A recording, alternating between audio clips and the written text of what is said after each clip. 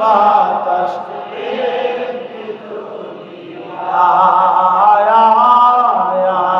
রে সাগর আকাশ বাতাস।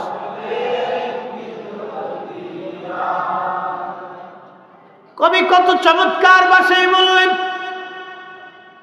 কিন্তু কবি তো কোনো মাদ্রাসায় পড়ে নাই। কবি কি করে জানলো সারা পৃথিবী সেই দিন আন্দোলিত হয়েছিল, খুশিতে মাতোয়ারা হলো। কবিতার ছন্দে নবীর প্রেমে কি চমৎকার ভাষায় তিনি লিখলেন। আর আমাদের দেশের কিছু মোল্লা কোরআন হাদিস পড়েও তালাশ করে পায় না। আফসোস, হতভাগা হতভাগা। কোরআন পড়ছে কিন্তু কোরআন বুঝে না। হতভাগা হাদিস পড়ছে, হাদিস বুঝে না। উম্মত হয়েছে, নবী চিনে না। এর চেয়ে বড় বদনসিব পৃথিবীতে কি হতে পারে? আবু জাহেল রাসূল করিমের চাচা ছিল কিন্তু চিনে না। আবু লাহাব নবীর চাচা ছিল কিন্তু চিনে না। উতবা সাইবা মুগীরা নবীর চাচা ছিল কিন্তু চিনে না। কিন্তু বেলাল চিনে ফেলছে। আল্লাহ, শুধু চিনেই নাই, চিনতে চিনতে পিঠের চামড়া দিয়েছে, রক্ত দিয়েছে, অত্যাচার সহ্য করেছে। এমন ভাবেই চিনেছে যে হযরত বেলাল নবী, আল্লাহ তাকে নবীর মসজিদের মুয়াজ্জিন বানিয়ে। আপনি জানেন তার আযানে এত ফুয়ুজুদ, জান্নাতের ভিতরে আল্লাহ জান্নাতীদেরকে তার আযান শোনায়। আল্লাহু আকবার। মেহশরের মাঠে तमाम হাসরবাসীদেরকে আল্লাহ বেলালের আযান শোনাবে। ও বেলাল, আযান দাও আজকে। কিন্তু রাসূল করিমের আশেপাশে চাচা চিনে না, একজন খিতদাস চিনে ফেলছে। এই জন্য রসুল মহব্বত করার জন্য, নবীর পক্ষে থাকার জন্য নসিবের দরকার আছে। কপাল লাগে, কপাল কপাল কপাল লাগে, কপাল। বনের পশু, আকাশের পাখি, तमाम সৃষ্টির যত মাছ, বিরাট বড় বড় মাছ, ছোট মাছের কাছে ছোট মাছ, বড় মাছের কাছে तमाम সৃষ্টির মধ্যে সেই দিন আর কোনো বৈষম্য নাই, কোনো শত্রুতা নাই, সব একাকার হয়ে গেল। সবার একটাই বাক্য, শুনছো রাহমাতুল লিল আলামিন আজ ধরা ধামে তশরিফ এনেছে। শুনছো নবী বুঝি আসছে, নবী আসছে। শুনছো নবী আসছে আজ। কারণ আল্লাহ কোরআনে বললেন, ওমা আরসালনাকা ইল্লা রাহমাতাল লিল আলামিন। রাহমাতুল লিল আলামিন, আপনি উম্মতের জাবিন, গুনাহগারের অতি আপনজন। আল্লাহর নবী, নূরের নবীও আপনি আমার জীবনের হালিমাতুস সাদিয়া বলে, আমি ধাত্রীমা হওয়ার জন্য সুদূর তায়েফ থেকে রওনা হলাম। উট ছিল আমার দুর্বল, গাধা ছিল দুর্বল, আমি নিজেও দুর্বল, অর্থনৈতিক অবস্থা এতটাই দুর্বল। আমার বাড়ি তেমন কোনো খাবার দাবার ছিল না, না খেতে খেতে আমি হালিমা শুকায় গেছি। আমার একটা ছোট্ট কোলের বাচ্চা দুধ পায় না, আমার উটের দুধ হয় না। বড়ই অভাবের মধ্যে আমাদের দিন চলতে লাগলো। হযরত হালিমা বলেন, ধাত্রীমা হওয়ার জন্য সুদূর তায়েফ থেকে আমি মক্কায় গেলাম। মক্কায় যাওয়ার পরে দেখি সব তায়েফের নারীরা, সমস্ত নারীরা ওই সব বাচ্চাগুলি নিয়ে চলে গেল। ধনী ধনী ধনী ধনী ব্যক্তিদের বাচ্চা তারা নিয়ে চলে গেল। আমি সবার পিছনে পড়ে গেলাম। সবার পিছনে পড়ার পরে আমি যখন মক্কায় গেলাম, খোঁজ নিয়ে দেখি মক্কায় কারো বাড়ি কোনো সন্তান নাই, কিন্তু একটা সন্তান আব্দুল্লাহর ঘরে আছে, কিন্তু আব্দুল্লাহ বাঁচা নাই। আব্দুল্লাহ মারা গেছে, এতিম বাচ্চা, কেউ এতিম বলে তারে নেই নাই। আল্লাহু আকবার। নসিব লাগে, নবীর পক্ষে থাকা নসিব লাগে। কি কথা বলেন ঠিক কিনা? ঢাকা শহরে হাজার হাজার মসজিদ, হাজার হাজার মসজিদ, হাজার হাজার মসজিদ। দুঃখে আফসোস, কয়টা মসজিদে এরকম রসুলের সাত মনের আলোচনা হবে বলেন তো? মসজিদ তো নবীর জন্য, দিন তো নবীর জন্য, ঈমান তো রাসূলের জন্য, কালেমা তো রাসূলের জন্য, মিম্বার তো রাসূলের জন্য, ঈমানের দৌলত তো রাসূলের জন্য, জান্নাত হবে রাসূলের জন্য, সৃষ্টি নবীর জন্য, আসমান নবীর জন্য, জমিন রাসূলের জন্য, আমরাও নবীর জন্য, সব মাখলুক আমার নবীর জন্য। কথা বলেন ঠিক কিনা? সব সৃষ্টি রাসূলের জন্য। আপনি নাজাত পাবেন রাসূলের জন্য। আল্লাহ কোরআনের 40 জায়গায় আল্লাহ নামের পরে রাসূল শব্দ ব্যবহার করছে। 40টা আয়াতের একটা আয়াত দিয়ে আল্লাহ সারমর্ম উপস্থাপন করছে। মাইয়ুতি'র রাসূল ফাকাদ আতা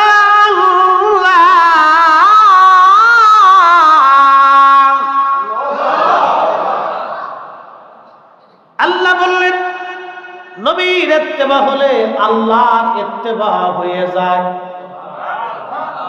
নবী মানলে আল্লাহ মানা হয়ে যায়। নবী খুশি করলে আল্লাহ খুশি করা হয়। নবীর দলে থাকলে আল্লাহর দল হয়ে যায়। ঠিক কিনা? নবীর গোলামি করলে আল্লাহর গোলামি হয়ে যায়। কি চমৎকার কথা না? আমার দেশে আর এক লোকের মৌলবী আছে, হেতারা কয় যে আমরা আল্লাহর গোলাম, নবীর গোলাম না। আল্লাহ বলছে নবীর গোলাম না হওয়া পর্যন্ত আল্লাহর গোলামি হবে। হতভাগা। নবী পাইতে হলে কি লাগে? নসিব লাগে। কথা কর না, কি লাগে? নসিব লাগে। বন্ধ করেন।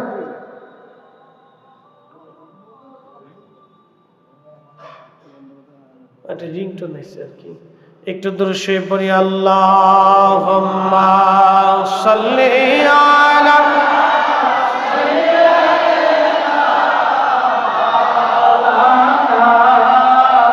মুহাম্মাদ ওয়া আলা সাইয়্যিদিনা মাওলানা আল্লাহকে পাইতে চায়, হযরতকে ভালোবেসে, আরশ কুরসি লৌহ কলম না চাইতেই পেয়েছে সে। ঠিক কিনা? নবী পাওয়ার জন্য নসিব লাগে, নসিব।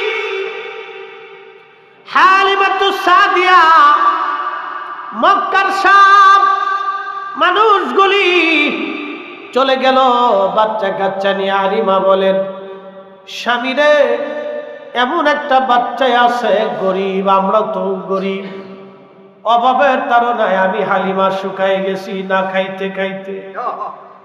আমার উট দুধ দেয় না রে স্বামী, গাধা দুর্বল হয়ে গেছে। একটা এতিম বাচ্চা নিলে তো কোনো পয়সা করি পাবো না। বলো স্বামী, চলো চলে যাই। হালিমার স্বামী ডাক দিয়ে বলতেছি, হালিমারে শুনলেই তো চলে যেতে চাই, তো একটা বার চলো ওই বাচ্চাটার চেহারা খানা দেখে আসি, দেখতে কেমন দেখা। হালিমাতুস সাদিয়া বলে, দুনিয়ার মানুষ, একটা নজর দেখার জন্য রাসূলের বারগাহে গেলাম। যাইয়া দেখি জান্নাতের পোশাক নবীকে পরানো ছিল, গায়ের মধ্যে দুইটা কাপড়, রেশমের কাপড়, একটা সবুজ আর একটা সাদা। সবুজ চাদর দিয়ে নবীজির বুক উপর দিক থেকে শরীর মোবারক ঢাকা, আর সাদা কাপড় দিয়ে নিচ দিয়ে নবীজির শরীর পেঁচানো। এত সুন্দর সুঘ্রাণ আমি হালিমার নাকে কোনোদিন লাগে না। নবী পাইতে হলে কি লাগে? কপাল লাগে। রসুলের পক্ষে থাকতে কি লাগে? কপাল লাগে। খালি বিরাট বড় সাইকেল হাতে চলে নবী বলে, আবার রিকশাওয়ালা রসুলের পাগল হইয়া আল্লাহর নবীর সাথে জান্নাতে চলে যান। কি কথা কর না নসিব।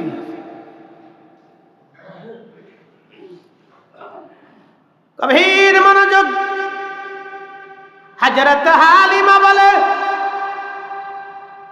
আমি যখন রসুলের সামনে দাঁড়াইলাম, দোলনার ভিতরে নবী। এত সুন্দর মানুষ হতে পারে, মানুষ এত সুন্দর হতে পারে, আমি হালিমার কল্পনা তো ছিল না মানুষ এত সুন্দর। সুবহানাল্লাহ, যে মানুষ এত সুন্দর হতে পারে। তার মানে রাসূলুল্লাহকে আল্লাহ সর্বাধিক সৌন্দর্য দিয়ে দুনিয়াতে পাঠাইছে। হযরত হালিমা সাদিয়া রাদিয়াল্লাহু আনহা বলতেছে, এত সুন্দর মানুষ হতে পারে কল্পনাতেই ছিল, এত সুন্দর। নাস্তিকের দল রাসূলুল্লাহর চরিত্র নিয়ে বাজে কথা বলে। হাই হাই, আল্লাহ রাসূলকে আল্লাহ এতটাই সৌন্দর্য দিছিলেন যে পৃথিবীর যে কোনো মানুষ দেখলে মোহিত হয়ে যেত। আল্লাহ রাসূল ইচ্ছা করলে আরবের বাছাই করা সুন্দরী কুমারী নারী বিয়ে করতে পারতেন।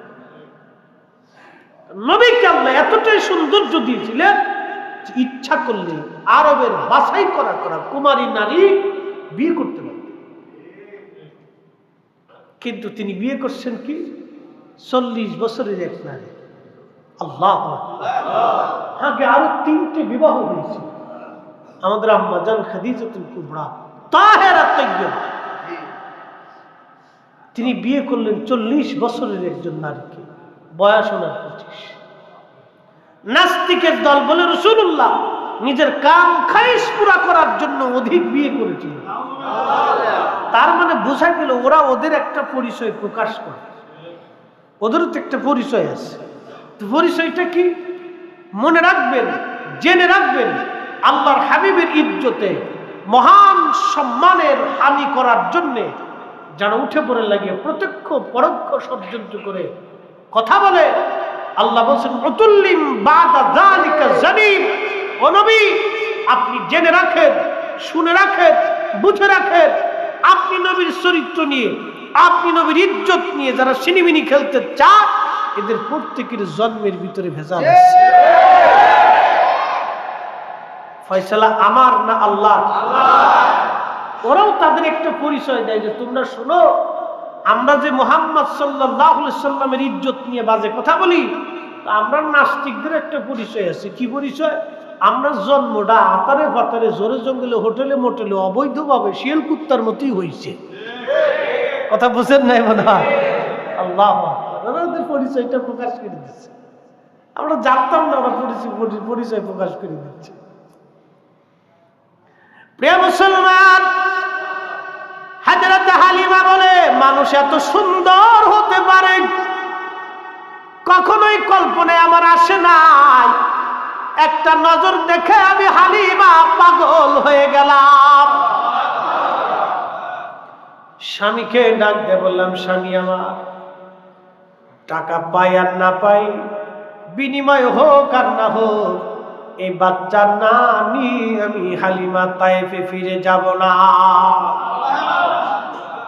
হালিমা বললেন, দুনিয়ার মানুষ, নবী ঘুমোচ্ছিল দোলনার ভিতরে, বুকের উপর থেকে জান্নাতের সবুজ রেশমের কাপড় আমি সরাইয়া, আমি আমার হাত বক্ষ বরাবর আলতো আলতো করে আমি মেসেজ করতেছিলাম যাতে ঘুম ভাঙে নবীর। আমি যখন রাসূল কারীমের বক্ষ বরাবর হাত আলগো আলগো ভাবে আমি মেসেজ করতেছি, তখন আল্লাহর নবীর ঘুম ভেঙে গেল। আমার দিকে তাকায় নবীজি একটা মুস্কি হাসি দিল। ওই হাসিতে আমি হালিমা আরো পাগল পারা হয়ে গেলাম। ত্রিভুবনের প্রিয় মুহাম্মদ এলো রে দুনিয়ায়, রে সাগর রে দুনিয়ায়, রে সাগর আকাশ বাতাস।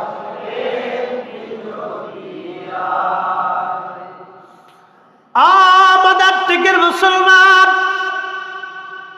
শহরে তো দুনিয়ার কাজে অনেক বড় ব্যস্ত, জীবনের বহু সময় আর নসিব হতে নাও হতে পারে। ব্যবসায় ব্যস্ত, চাকরিতে ব্যস্ত, কাজে ব্যস্ত, দুনিয়াদারিতে আমরা সবাই ব্যস্ত। আহা, আজকে আপনার যারা দুনিয়াদারিতে ব্যস্ত তাদেরকে দুটি কথা শোনাই যায়। আপনার বিরাট বড় দোকান, চিন্তা করতেছেন দোকান ছেড়ে যদি আমি ওয়াজে আসি আমার ব্যবসা কে দেখবে। কিন্তু আজকে আপনি যদি মারা যান, কালকে আপনার দোকান ঠিকই চলবে কিন্তু আপনি নাই। মনে হয় বাড়ি বাজার সবাই বন্ধ হবে। হ্যাঁ, আমি আমার বাড়িতে নাই, মনে হয় বাজার বন্ধ হবে না। আমার ছেলেমেয়ের মার্কেটও বন্ধ হবে না, আমার স্ত্রীর খাওয়া দাওয়া বন্ধ হবে না, বাজার সদাই বন্ধ হবে না। মাদার টেকের মুসলমান, ব্যবসা বন্ধ হবে না, চাকরি বন্ধ হবে না, আপনার দোকান ঠিকই চলবে, আপনার প্রতিষ্ঠান ঠিকই চলবে কিন্তু আপনি নাই। সবই ঠিক চলবে। 50 পাখি জমির ধানও যদি হয়, একটা ক্ষেত ধান পরে থাকবে না, সব ধান বাড়ি চলে আসবে। মুসলমান, অতএব বুদ্ধিমান তারা যারা নবীর মহব্বতে মিলাদের মাহফিলে বসে যায়। কথা বলেন ঠিক কিনা? বুদ্ধিমান তারা। হাজরাতে হালিমা বলেন, ওই হাসিতে আমি পাগল পারা হলাম। আরো একটা দৃশ্য আমি দেখলাম, নবীজির জুলফি মুবারকের মাঝখানে যে কপাল। আল্লামা মোল্লা আলী কারি আল মাওরুদুর রাবির মধ্যে লেখেন, এই হাদিস খানা 27টা কিতাবের মধ্যে আসছে। হযরত রাসূল কারীমের পবিত্র জুলফি মুবারকের মাঝখানে যে কপাল, এই কপাল মুবারকের মাঝখান থেকে একটা নূর বের হইয়া একবারে মধ্য আকাশ পর্যন্ত পৌঁছায় গেল। হালিমা বলে, আমি আরো আশ্চর্য হলাম, এটা কি দেখতেছি। হযরত হালিমাতুস সাদিয়া বলেন, আমার আর বুঝার বাকি নাই যে এই ছেলে আর সাধারণ কোনো ছেলে, ফাইসি খনিজ সম্পদ, মহামূল্যবান রত্ন, সারা যাবে পয়সা দিক আর না দিক, স্বামী রে আমি সন্তান সারা বাড়ি ফিরে যাব। আল্লাহু আকবার। নবীর পক্ষে থাকা কি লাগে? কপাল। সব কপালে হয় না, নসিব নসিব, বদনসিবের কপালে উত্তর, বদনসিবের কপালে রসুল।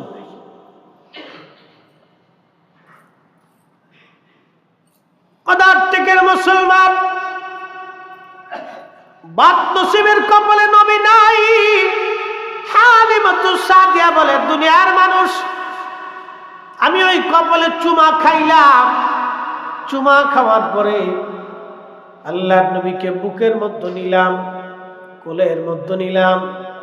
কোলে যখন নিছি ছিলাম দুর্বল, হয়ে গেলাম আমি সবল। আল্লাহু আকবার। ছিলাম দুর্বল, হয়ে গেলাম আমি সবল। আমি যখন কোলের মধ্যে নিছি, আমার উট দুর্বল ছিল, আমার স্বামী দৌড়ায় গেছে উট দহন করার জন্য। উট দহন করতে যাওয়ার পরে আমার স্বামী বলেন, আমি পাতিল ভর্তি করে উট দহন করে দুধ দহন করে নিয়ে আসলাম। আমরা সারা রাত ভরে পেট ভরে দুধ পান করলাম। স্বামী আমার ডাক ডাকা, হালিমা, এই ছেলে সারা আমি তায়েফে ফিরে যাব না। আল্লাহু আকবার। এই জন্য আল্লাহ কোরআনে বললেন, ওয়ামা আরসালনাকা, আপনাকে পাঠাইছি ইল্লা রাহমাতাল লিল আলামিন, সমস্ত জগতের রহমত বানাইয়া। জোরে বলা যাবে আল্লাহু আকবার। মাছের জিকির করে কার? মাছ জিকির করে কার? গাছের জিকির করে কার? সব সৃষ্টি জিকির করে কার? আলাম তারা আন্নাল্লাহা ইয়াসজুদু লাহু মান ফিস সামাওয়াতি ওয়া মান ফিল আরদ। আল্লাহ বললেন, আসমান ও জমিনের ভিতরে যা কিছু আছে সব কিছু আল্লাহকে সিজদা দেয়।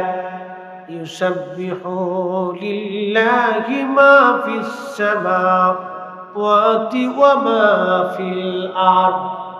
সাত আসমান, সাত জমিন, সাত আসমান, সাত জমিনের মধ্যে যা কিছু আছে সব কিছু জিকির করে কার? আল্লাহ জিকির করে কার? সুবহানাল্লাহ কি বাড়িয়ে? আল্লাহু আকবার। কথাটা বুঝে যাবে। ইন্নাল্লাহা ওয়া মালাইকাতাহু ইউসাল্লুনা আলান নবী। সব সৃষ্টি জিকির করে কার? সব সৃষ্টি স্মরণ করে আল্লাহকে, স্মরণ করে আল্লাহকে। আর আমার নবীজি এক সেকেন্ডের জন্য নবীর স্মরণ আল্লাহ বাদ দেয় না। হুজুর, আমি আপনাকে ভুলে যাই না, সব সময়ের জন্য আপনার উপর আমি আল্লাহ সাকিনা রহমত নাজিল করতে থাকি। একটা সেকেন্ডের জন্য নবীকে ভুলে নাই, আর কখনো আল্লাহ ভুলবে না। একবার বলেন আল্লাহু আকবার। এই ইজ্জত মনে আমরা ভোট দিয়ে দিছি, আমরা ভোটে হইছি। আল্লাহু আকবার। সব সৃষ্টি জিকির করে কার? আর আল্লাহ সবসময় নবীকে স্মরণ করতে থাকে, এটা এক জিকির। চিন্তা করে। আর আমরা মিলাদুন নবীর মাহফিল করলে অনেকে শরীরের মধ্যে বিরাট চুলকানি শুরু হইছে, উড়ি অ্যালার্জি হইছি। বাপরে বাপ, অ্যালার্জি কারে করে? নবীর শানের আলোচনা শুনলে শরীর আর সহ্য হয় না। ও কেমনি এখান থেকে বের হয়ে যাবে, মানে শয়তান ওর সারা শরীরে একবার গাইতে বইছে। শয়তান তিনবার কেঁদেছিল। আল্লাহ থেকে বিতাড়িত হওয়ার পরে একবার কেঁদেছে, সূরা ফাতিহা নাজিল হওয়ার সময় একবার কেঁদেছে। আর আমার নবীজি দুনিয়াতে তশরিফ যেদিন রাখছে, শয়তান এত পরিমাণে কাঁদছিল যে কান্না শয়তানের বন্ধ হয় নাই, এত পরিমাণে কাঁদছে। মনে রেখেন যে কথা বলছিলাম, সৃষ্টির সব প্রাণী, মাছ, তরুলতা পাতা, জলচর, স্থলচর, সমস্ত প্রাণী। হরিণ দৌড়ে বাঘের কাছে যায়, বাঘ শুনছো নবী আসছে, শুনছো নবী আসছে। একটা প্রাণী আর এক প্রাণীর কাছে যায়, শুনছো নবী আসছে। সারা পৃথিবীর মধ্যে খুশির রব পড়ে গেল। এক পাশে শয়তান বসে বসে খালি কাঁদতেছে। সব সৃষ্টি রবিউল আউয়াল মাসের 12 তারিখ শুরু, সাদিকের সময় পৃথিবীতে নবী যখন তশরিফ আনছেন, জন্মগ্রহণ করেছেন, তাম সৃষ্টি খুশিতে আন্দোলিত হয়ে গেল। তাম সৃষ্টি খুশিতে আন্দোলিত হয়ে গেল। শয়তান এক পাশে বসে বসে কাঁদতেছে। কান্দে কেডা? বেজার কেডা? বেজার কেডা? খুশি কেনা সব সৃষ্টি মারহাবা কর বেজার কেনা ঈমানদার যারা তারাও নবী পেয়ে খুশি কথা কোন ঠিক কিনা লাকাদ মান্নাল্লাহু আলাল মুমিনিন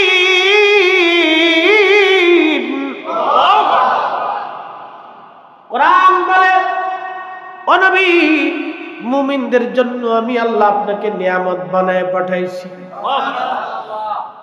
নবীর উপরে কোন নিয়ামত আছে চোখ কার দেওয়া নিয়ামত চোখ কার দেওয়া নিয়ামত আল্লাহ জবান কার নিয়ামত আমার দেহটা কার নিয়ামত আকাশের বৃষ্টি কার নিয়ামত ঢাকা সব 2 দিন প্রচন্ড গরমে অস্থির হয়ে গেল এক বৃষ্টি আর বাতাস দিয়ে আল্লাহ সব গরম উঠাই নিয়ে গেল এই নিয়ামতটা কার আল্লাহ এত নিয়ামত দিল বলেন তো আমার নবীর চাইতে বড় নিয়ামত আর কিছু আছে রাসূলের মতো মহা নিয়ামত পাইয়া আমরা এই মিলাদুন নবীর মাহফিল দিয়া আমরা শুকর আদায় করি প্রশংসা আদায় করি আল্লাহ জিকিরে ফিকিরে ইবাদতে বসে গেলাম আমরা জিকির করে জাহান্নামে যাব আর ওরা না করে জান্নাতে চলে যাবে শয়তান বিরাট বড় খুশি হয়ে গেছে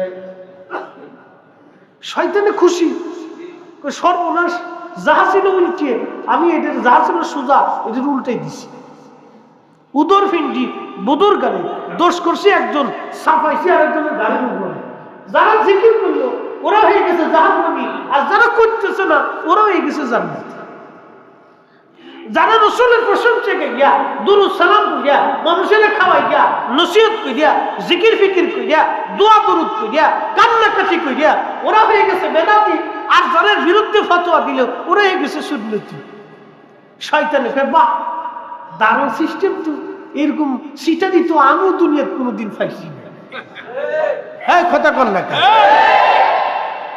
শয়তানে চিন্তা করে বাপ কত বড় সিটারি আমি এরকম সিটারি কোনোদিন শিখছি না বুঝে যাওয়াটা জরুরি আমাদের বোঝাটা জরুরি আল্লাহ রাসূল বলছেন জিকিরের মজলিস যেখানে জান্নাতের বাগান পাও ফারতাউ বাগানে বিচরণ করো সাহাবে کرام বলেন ইয়া রাসূলুল্লাহ মারিয়াতুল জান্নাত জান্নাতের বাগান কি নবী বলেন ইয়া হিলাকুজ জিকির জিকিরের মজলিসটা আল্লাহর বেহেশতের বাগান কার জিকির আজকে এখন কার জিকির চলতেছে জোরে বলেন কারটা তো এটা কইলে আমরা খুব অপরাধ করে ফেলছি খুব বেদাত করে ফেলছি খুব খারাপ কাজ করি আমরা সব জান্নাতে চলে যেতে চাই ওরা না কইলে মনে মনে খুব জান্নাতে চলে যেতেছে হ্যাঁ শয়তানে হাসে আর কয় বাপ কত বড় সিটিয়া যা আমি কল্পনা করি না তো তোরা করে ফেলছিস যা অসুবিধা দেয় বুঝাটা জরুরি যে মাটির উপরে আজ বসে আছি আগামী দিন এই মাটির নিচে ঘর হবে কথা ঠিক কিনা চির সত্য যে মাটির উপরে আজ বসে আছি আগামী দিন এই মাটির নিচে আমাদের ঘর হবে রাসূল করিম সাল্লাল্লাহু আলাইহি সাল্লাম পৃথিবীতে এসেছিলেন ওনার আশাটা আমাদের জন্য এত বড় নিয়ামত ওনার আশাটা ওনাকে আল্লাহ পৃথিবীতে পাঠিয়েছেন এই মানব জাতির ভিতরে আমাদের মাঝে আমাদের ভিতরে মানসীয় খুশুসিয়ত মানবীয় সুরত দিয়ে নবীকে আল্লাহ পৃথিবীতে আমাদের মাঝে পাঠিয়েছেন এটা আমাদের 7 জন্মের ভাগ্য যদি আল্লাহ জিন জাতির মধ্যে পাঠাইতেন তা আমরা বদনসিব হয়ে যেত কি কথা কন না কেন যদি ফেরেশতা জাতির মধ্যে পাঠাইতেন আমাদের বদনসিব হয়ে যেত এটা আমাদের 7 জন্মের ভাগ্য যে রাসূলুল্লাহ আল্লাহর হাবিব সাহেব জান্নাত সাহেব মেহসার মাকামে মাহমুদ আলা তিনি সেই নবী সৃষ্টির প্রারম্ভ থেকে কিয়ামত পর্যন্ত যত মানব যত জিন যত ফেরেশতা যত মাখলুক যত জীব যত সৃষ্টি সব আল্লাহর সামনে হাসরের ময়দানে মাথা নত করে দাঁড়িয়ে থাকে কোটি কোটি ফেরেশতা কোটি কোটি জিন কোটি কোটি মানব জাতি সেই দিন থরথর করে আল্লাহর সামনে মাথা নত করে সেজদায় করে কাঁপতে থাকবে। আল্লাহর নবীরা পর্যন্ত সেই দিন কপাল ভাঁজ করে যাবে, হাঁটু গেড়ে বসে যাবে, চিন্তিত হয়ে যাবে। আল্লাহর কাহ্হারিয়ত দেখে সব সৃষ্টিগুলি সেই দিন অঝোর ধারায় পেরেশান হয়ে যাবে, ঘরমুক্ত হয়ে যাবে, চিন্তায় পেরেশানিতে কাঁচা চুলগুলি পেকে যাবে, যুবক বৃদ্ধ হয়ে যাবে।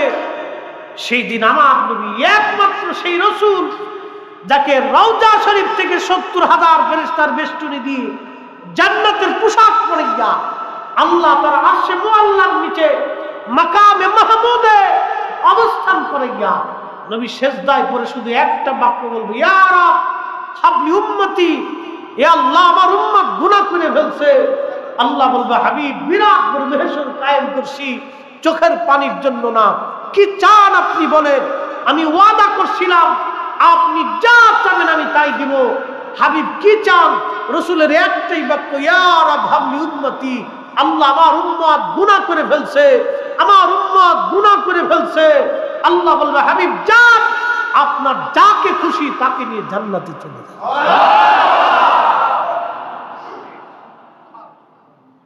আমরা সেই নবীর উম্মত। আল্লাহ উম্মত বানাইছে, এটা আমার ৭ জন্মের ভাগ্য। কি কথা কন না? যদি এই নবীর উম্মত না বানাই অন্য কোন নবীর উম্মত বানাইতেন, কিচ্ছু করার ছিল না। যদি মানুষ না বানাই কুত্তা বানাইতেন, কিচ্ছু করার ছিল না। আমার ৭ জন্মের ভাগ্য যে আমি এই নবীর উম্মত হতে পারছি। আল্লাহু আকবার। সেই নবী আসবে, আমি খুশি হব না? তুমি ফতোয়া মেরে দিয়ে বন্ধ করবা, তোমারও ফতোয়া সাতার দেখার টাইম আমাদের নাই। হ্যাঁ তুচা করে বলেন ঠিক কিনা?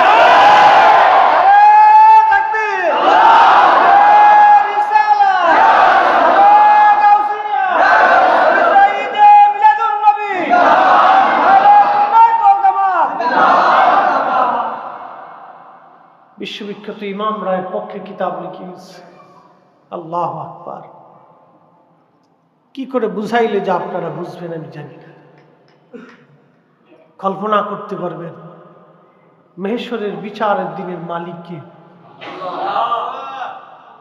পারস্য সাম্রাজ্যের ৩,০০০ বছর পৃথিবী শাসন করছে। পারস্য সাম্রাজ্য ৩,০০০ বছরের একটা সাম্রাজ্য ছিল।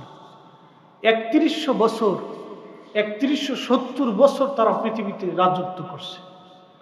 পার্সিয়ান সাম্রাজ্য। রোমানরা ১,০০০ বছর পৃথিবী শাসন করছে। উসমানীয়রা ৬০০ বছর শাসন করছে।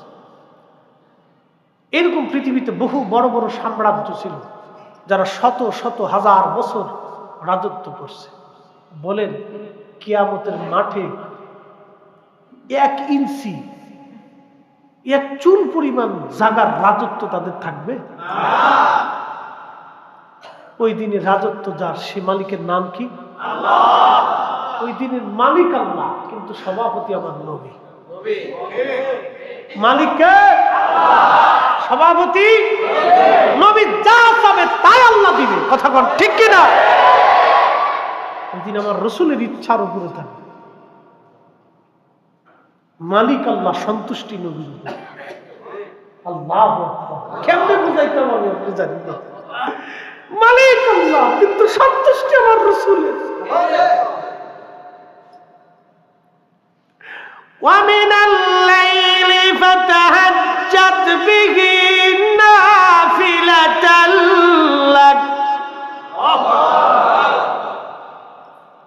عَسَىٰ أَن يَبْعَثَكَ رَبُّكَ مَقَامًا مَحْمُودًا।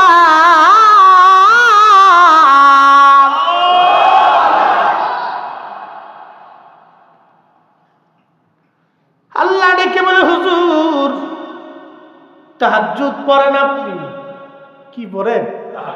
তাহাজ্জুদ আপনি পড়েন, এটা আপনার জন্য অতিরিক্ত করে দিছি নবীজি। আপনি তাহাজ্জুদ পড়ার কারণে আপনার একটা পুরস্কার আমি দিয়ে দিব। আশা আইয়াবআসাকা রাব্বুকা মাকামাম মাহমুদ। খুদা। কাজী নজরুল চমৎকার তার ভাষায় তিনি কবিতার ছন্দে লিখেছেন, শ্রেষ্ঠ নবী দিলাম রে তরিয়ে নিতে রোজাহাসরে, শ্রেষ্ঠ নবী দিলাম রে তরিয়ে নিতে রোজাহাসরে, পথ না ভুলি তাই তো দিলে পাক কুরআনের বাণী, খুদা তোমার মেহেরবানি, খুদা তোমার মেহেরবানি। সুন্দর ফুল সুন্দর ফল মিঠা নদীর পানি, খুদা তোমার মেহেরবানি, খুদা তোমার মেহেরবানি। তুমি কতই দিলে রতন ভাই বাড়াদার পুত্র স্বজন, খুদা পেলে অন্ন জুগাও মানি চাই না মানি, খুদা তোমার মেহেরবানি, খুদা তোমার মেহেরবানি। সুন্দর ফুল সুন্দর ফল মিঠা নদীর পানি, খুদা তোমার মেহেরবানি, খুদা তোমার মেহেরবানি। আল্লাহুম্মা সাল্লি আলা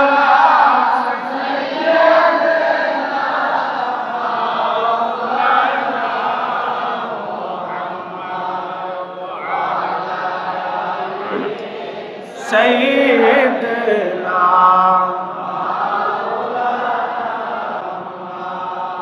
মাদার টেকের মুসলমান খুবই মনোযোগ। আল্লাহ বললেন, হাবিব তাহাজ্জুদ আপনি পড়েন, একটা বেনিফিট আমি আল্লাহ আপনাকে দিলাম।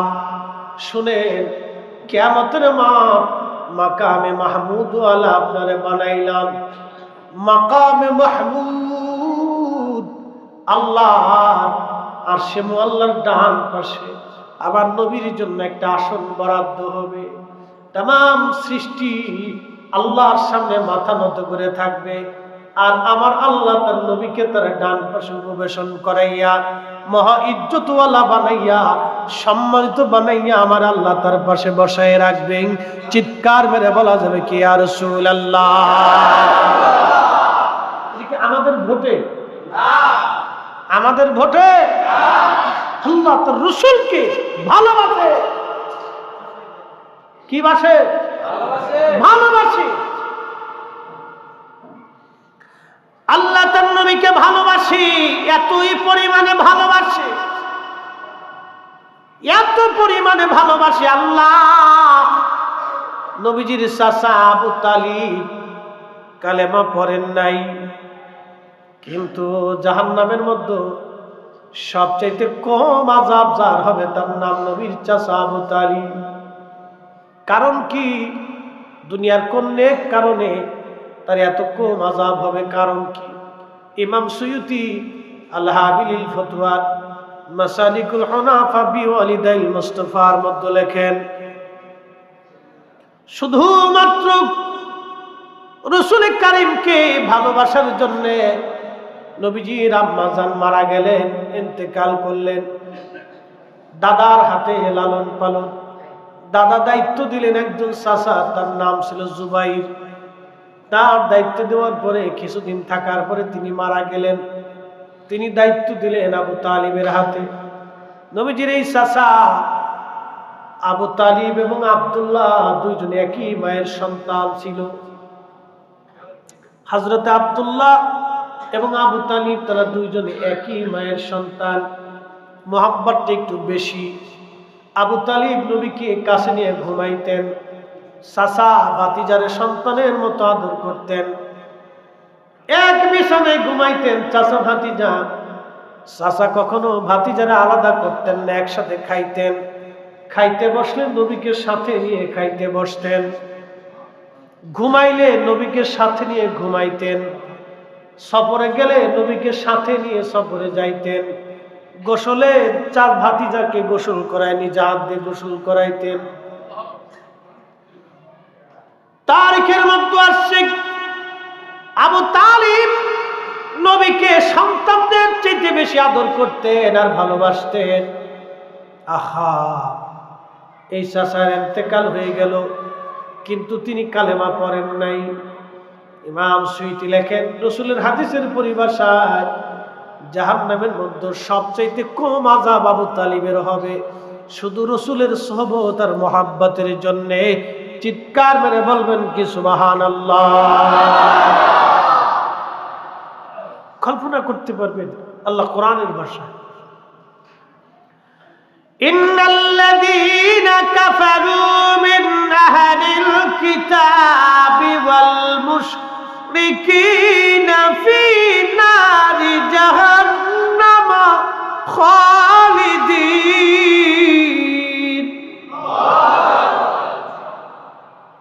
আল্লাহ বলেন, নিশ্চয়ই যারা কাফির, মুশরিক এবং যারা আহলে কিতাব তারা চিরদিন জাহান্নামী হবে।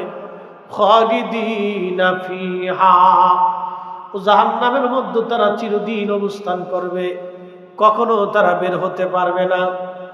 কিন্তু আমার নবীকে ভালোবাসার জন্য, মহব্বত করার জন্য, নবীর ইজ্জতের দিকে তাকাইয়া আমার আল্লাহ আবু তালিবের আযাব সবচেয়ে কমাই দিয়া তার পায়ের নিচে শুধুমাত্র একটা আগুনের খড়ম পরাই দিলেন। মাথার মগজ গলে গলে কষ্ট পাচ্ছেন তিনি।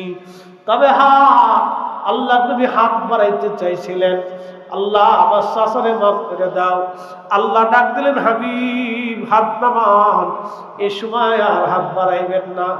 আপনার চাচার ব্যাপারে আপনি যদি হাত বাড়ান আমি মাফ করে দিব, কিন্তু আপনার উম্মতের ব্যাপারে কোনো দোয়া আমি কবুল করব না।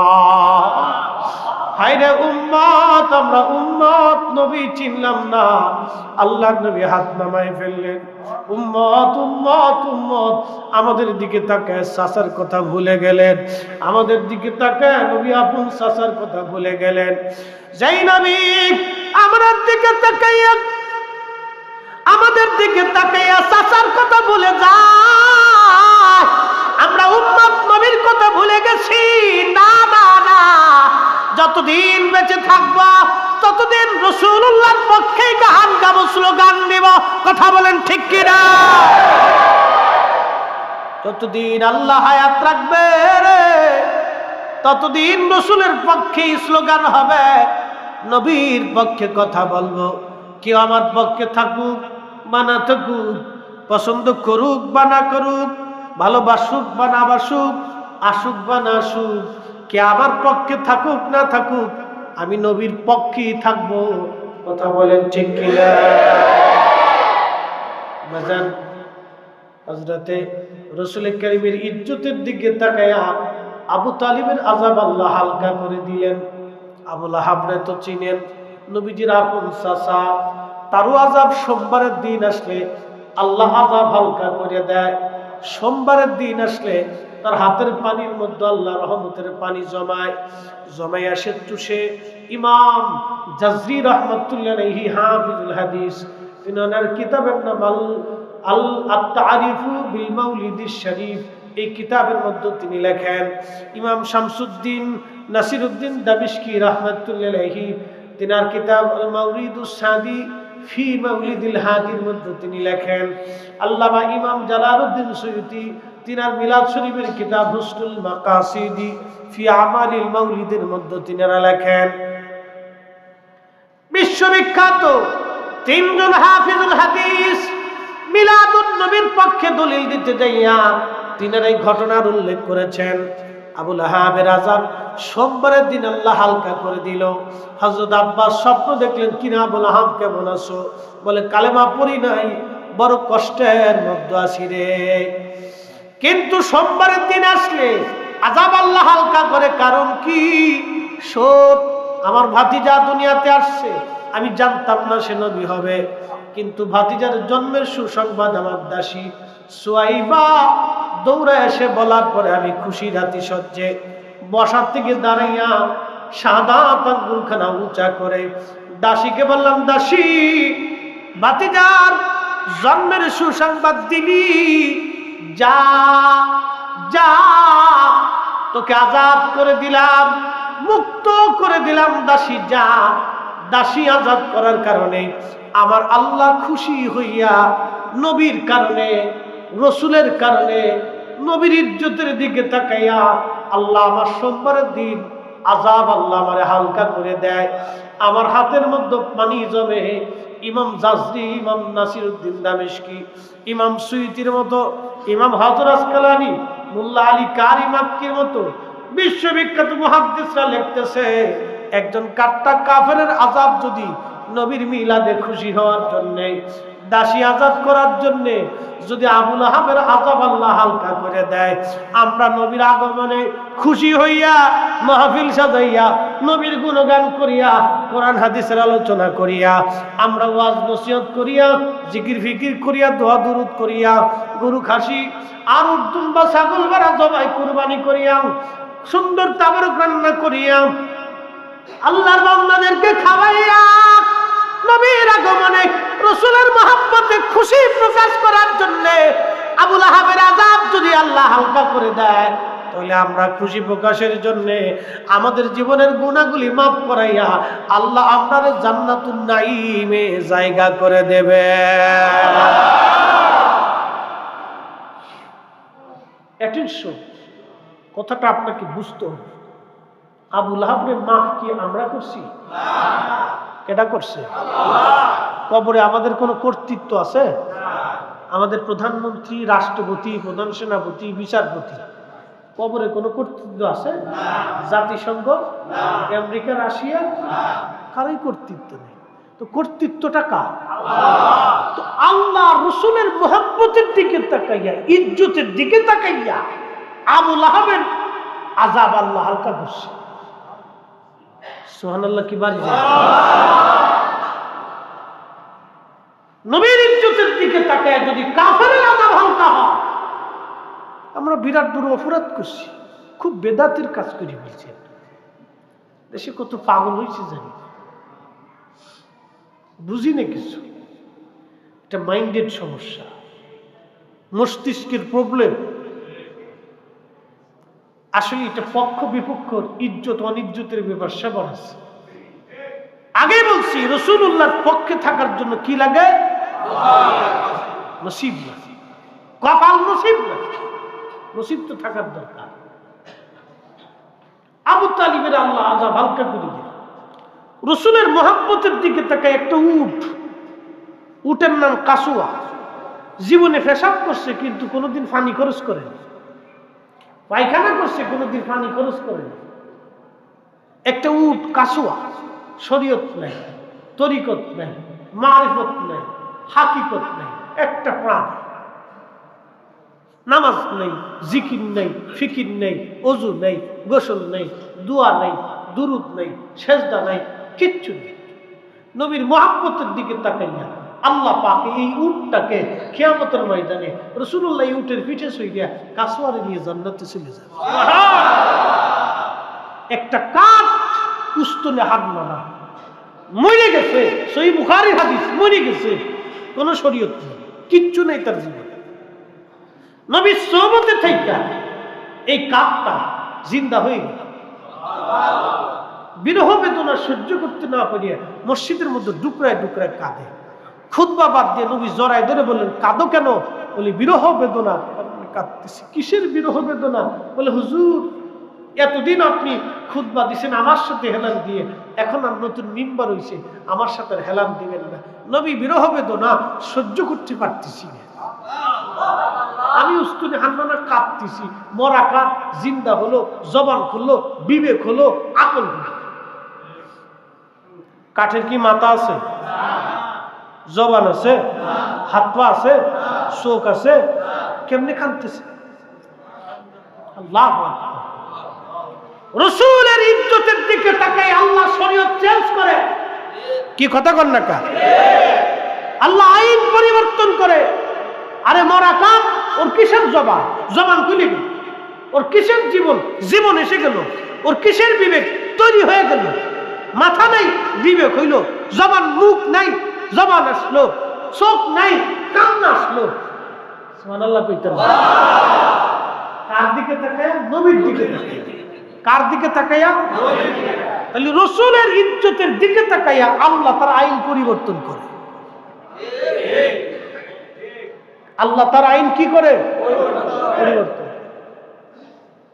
নবীর ইজ্জতে হাত দিবেন শাইখুল হাদিস, প্রধান ফকিহ, মুফতি আজম, মক্কা মদিনার ইমাম আর বাইতুল আকসার ইমাম, ওদিকে আল্লাহ তাকাবে না। বাইতুল মুকাররমের ইমাম, বাংলাদেশের সবচেয়ে বড় হুজুর, দলা হুজুর আর কালা হুজুর, মাইদি হুজুর আর সাইদি হুজুর, আমরা ফরিদপুরের ভাষায় বলতেছি, ও কোন হুজুরের দিকে কিন্তু আল্লাহ তাকাবেন না। বাটাম সামান কিন্তু কায়দা মতো হবে না। রাসূলের ইজ্জতের দিকে তাকে আল্লাহ যা খুশি তাই করতে পারে। এটা আল্লাহর ফয়সালা, আমাদের খাত নাই এখানে কোনো। অতএব রাসূলের পক্ষে থাকা নসিব লাগে। যারা বলেন কি লাগে?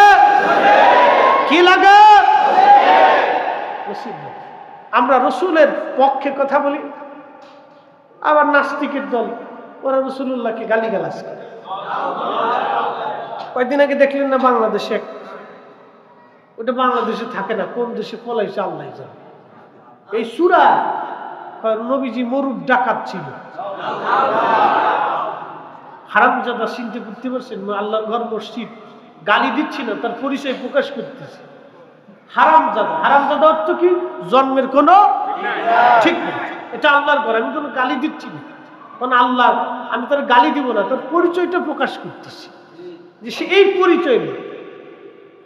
আরে নবী পৃথিবীতে না আসলে মরুভূমির ভিতরে ফুল যিনি ফুটাইলেন তিনি আমার নবী, ঠিক কিনা?